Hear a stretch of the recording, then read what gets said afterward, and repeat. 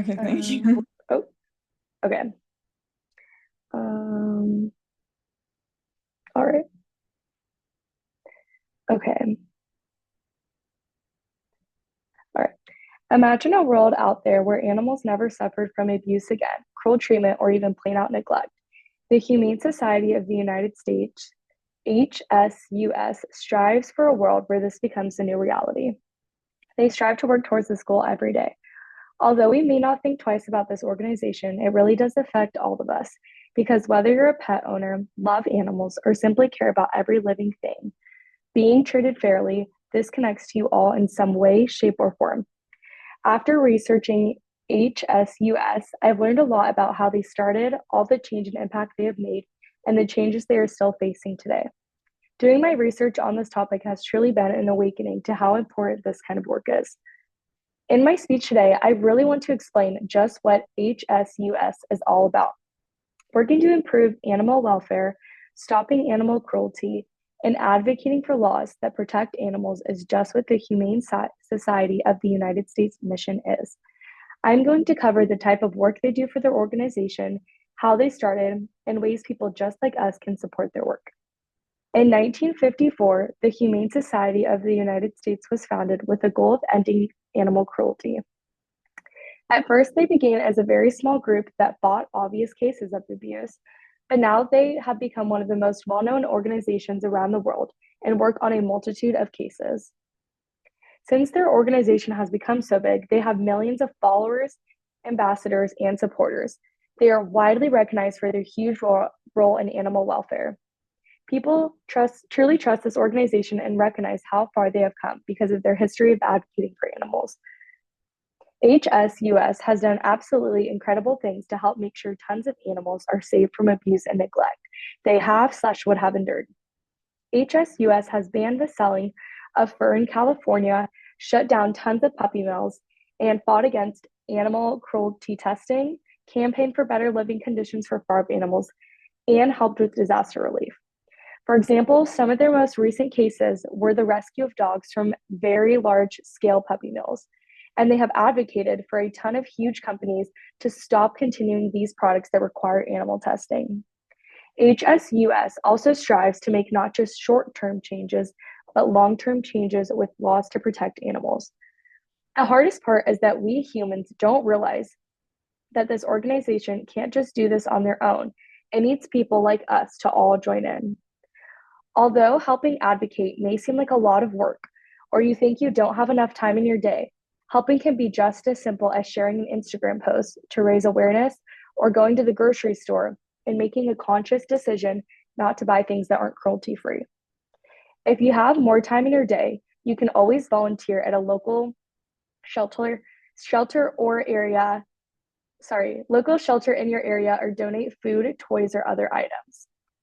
Even small actions like just sharing an awareness post on your Instagram or choosing to buy cruelty free products all add up and create a huge change. And from this, more people will begin to join. There are so many ways to get involved that can be small or big. Overall, we all want to be part of a mission that's bigger than ourselves. And HSUS is just that, with the mission behind everything they do. Their organization's mission is to fight animal cruelty, push for laws that protect our beloved creatures, and rescue animals out of bad situations. If we can all play a role, big or small, we can keep this exact mission alive for decades to come. The Humane Society of the United States is making a true, raw, and real difference for animals all over the world. And the truth is, we all have an opportunity to be part of a huge difference, so let's act on it. Okay, that was mine.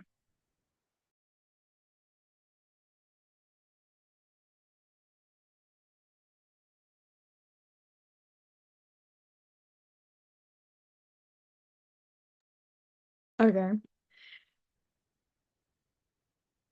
Regardless of your background, culture, beliefs, music is listened to from all over the world.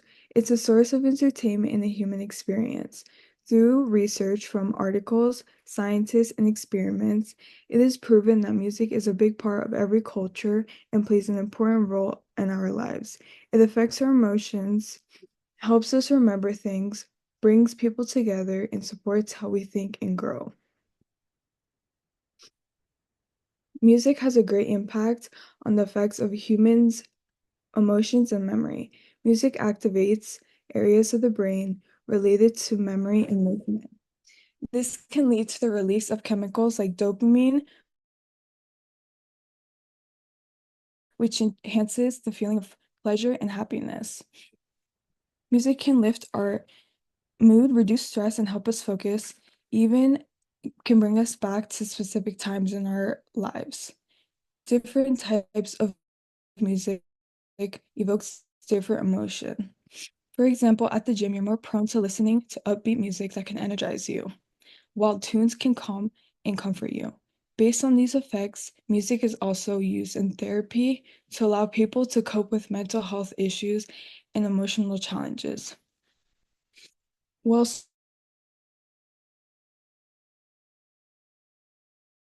has on our brains, music is so much more than melodies and rhythm. It's a way of human connection and creates a unique experience. Music can be considered like a universal language because it resonates with emotion and experience that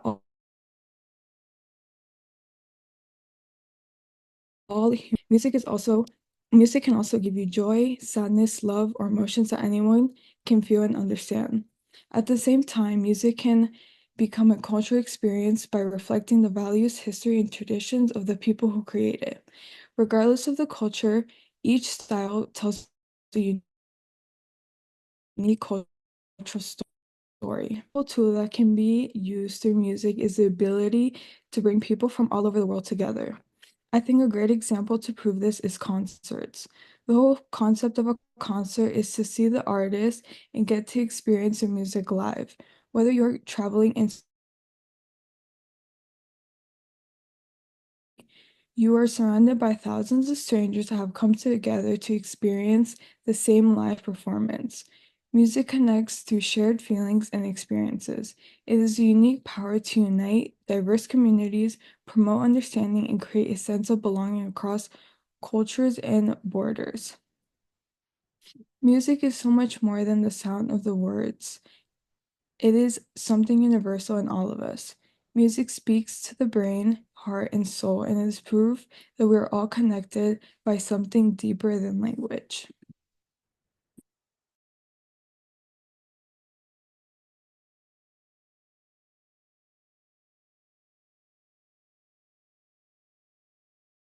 Okay, I'll go now.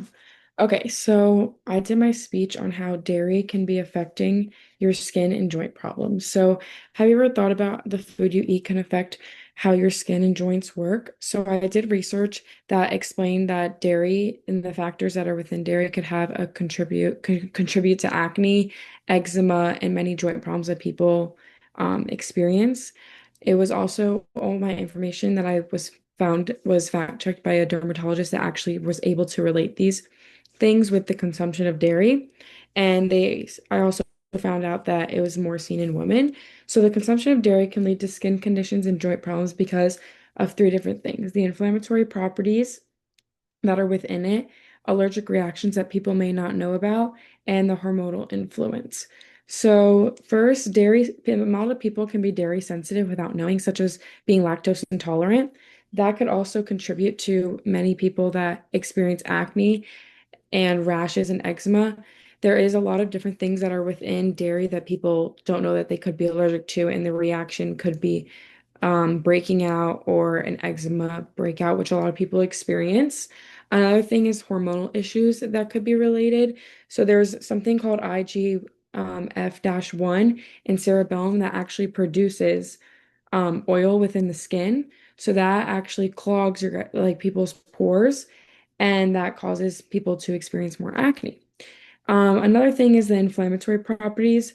There's lactose, obviously, that's in milk and dairy, and then another one called acetylene, which causes inflammatory properties that worsen joint pain. So a lot of older people that have joint pain, such as in their knees or their arms or their hands and stuff, that they think might just be because they're getting older, could actually be contributed to their dairy, how much dairy they're eating and consuming a day.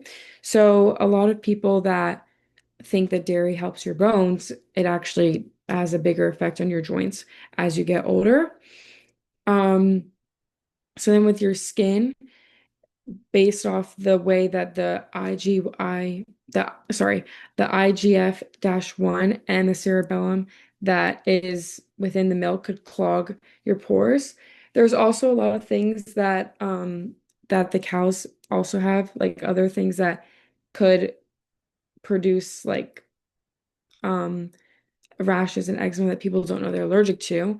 And a lot of people don't know this because they just think that they're breaking out because of other factors, but it could actually be related to being allergic to dairy.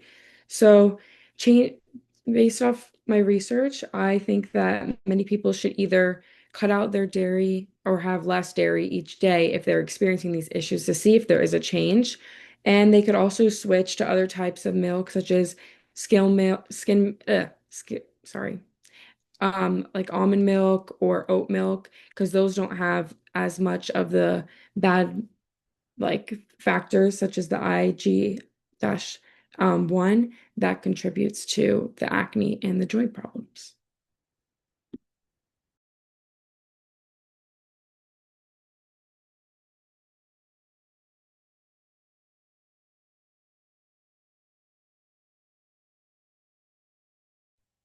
I'll go next. Um, I am doing mine on how energy drinks affect your health. Imagine drinking something that makes you have a boost of energy, but overall makes your health decrease over time. You are able to buy energy drinks anywhere, at the grocery store, gas stations, or even vending machines. Many young people like me drink them without knowing the risk that they can have on your health. After reading many research studies, I have found some alarming evidence. I will talk about how energy drinks impact your health, your heart, mental, and gut health after drinking them for a long period of time. Energy drinks can increase the risk of heart disease like heart attacks, aneurysms, and cardiac arrest. From the book Nutrition Reviews, published by researchers from Yale University, it states caffeine toxicity may cause death, especially when consumed by individuals with an underlying heart condition and no history of caffeine consumption. Energy drinks affect your heart, so you should be aware of these risks before drinking them. While it impacts your heart health, let me talk about the effect it can have on your brain.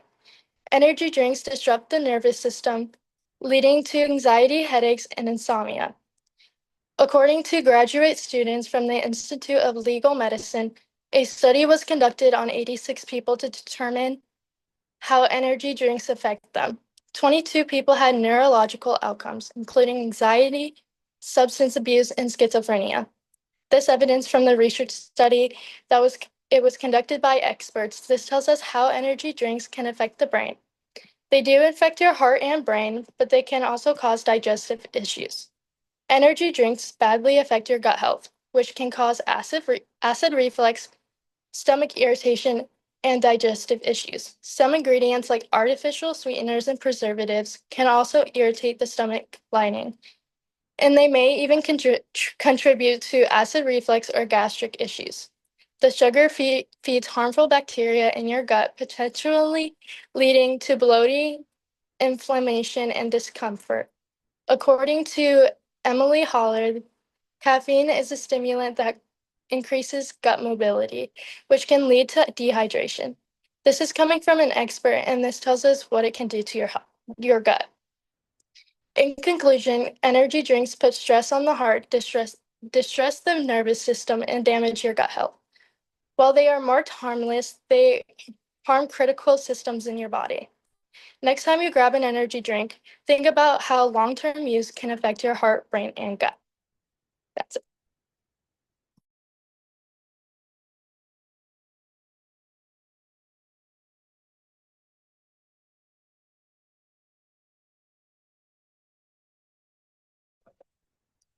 Is it my turn?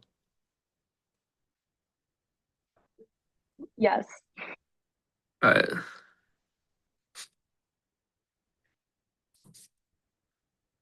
Um, hold on, sorry. How do I? Oh, this is cooked. Wait. Okay. Imagine standing on a crab. I'm sorry. Let me start over. I forgot to start my thing.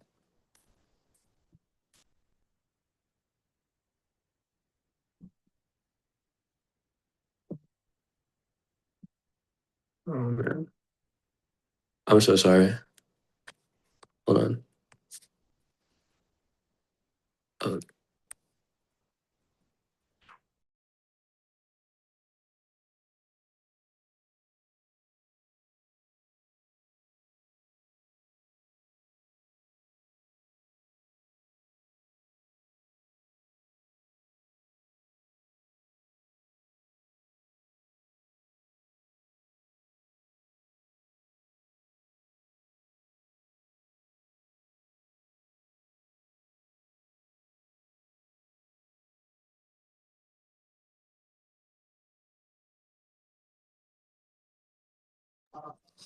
all right. I'm gonna imagine standing on a crowded city street. You hear traffic, see people rushing around, and it feels like nature doesn't really belong there. What many people don't realize is that just a few stories above them, thousands of bees might be buzzing away in rooftop hives. Urban beekeeping is becoming more common, and it matters because it connects directly to the food we eat, the health of the environment, and the way cities can still make space for nature. I decided to research this topic by reading articles from National Geographic and The Guardian, and looking at interviews with actual urban beekeepers in places like New York and Chicago. I'll explain how urban beekeeping works step by step. First, how hives are set up in the city, then, how beekeepers take care of them, and third, the benefits they bring to both the people and the environment. The first step in urban beekeeping is finding the right place to set up hives. Most beekeepers place them on rooftops, balconies, or in community gardens. According to the New York City Beekeepers Association, rooftop hives are often set up at least 6 stories high so bees don't interfere with people walking below. Some cities also have specific rules or permits for keeping hives, so beekeepers have to plan carefully. Once the hives are set up, the real work begins, keeping the bees healthy. Urban beekeepers regularly check their hives to monitor for pests, especially the varroa mite, which is one of the biggest threats to the bee populations.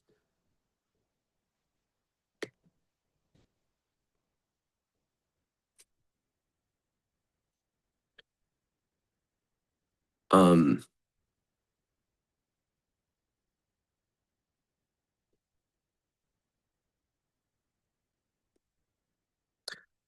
um, okay, bees also need access to flowers and water sources. I'm so sorry. My mom is currently calling me. Can I like pause? Like, can you like, give me like 2 seconds?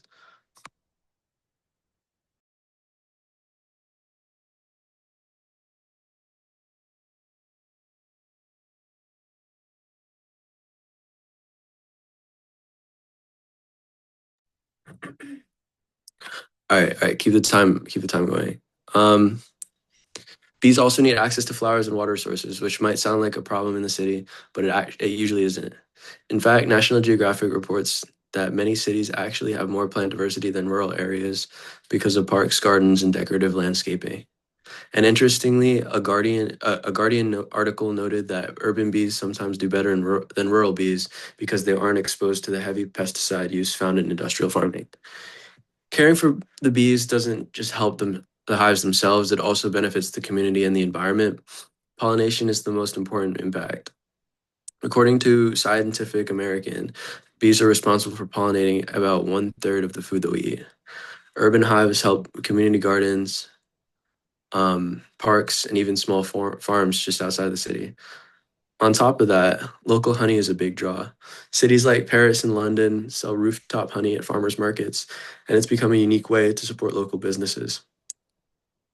Urban beekeeping makes people more aware of sustainability, and The Guardian explains that when people learn about hives in their cities, they often start to care more about protecting the green spaces and supporting pollinator health.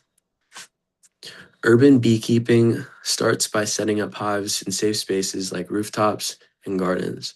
Beekeepers then care for the hives, protecting bees from pests and helping them find food. And in the end, the practice benefits both the environment and the community through pollination, honey, and education. Urban beekeeping is a step-by-step process, but it shows how cities can actually become a place where nature and people work together. So next time you see a jar of honey at the farmer's market, remember that it may not have come from the countryside at all. It might have been made just a few blocks away in a hive buzzing quietly above the busy streets. That's all.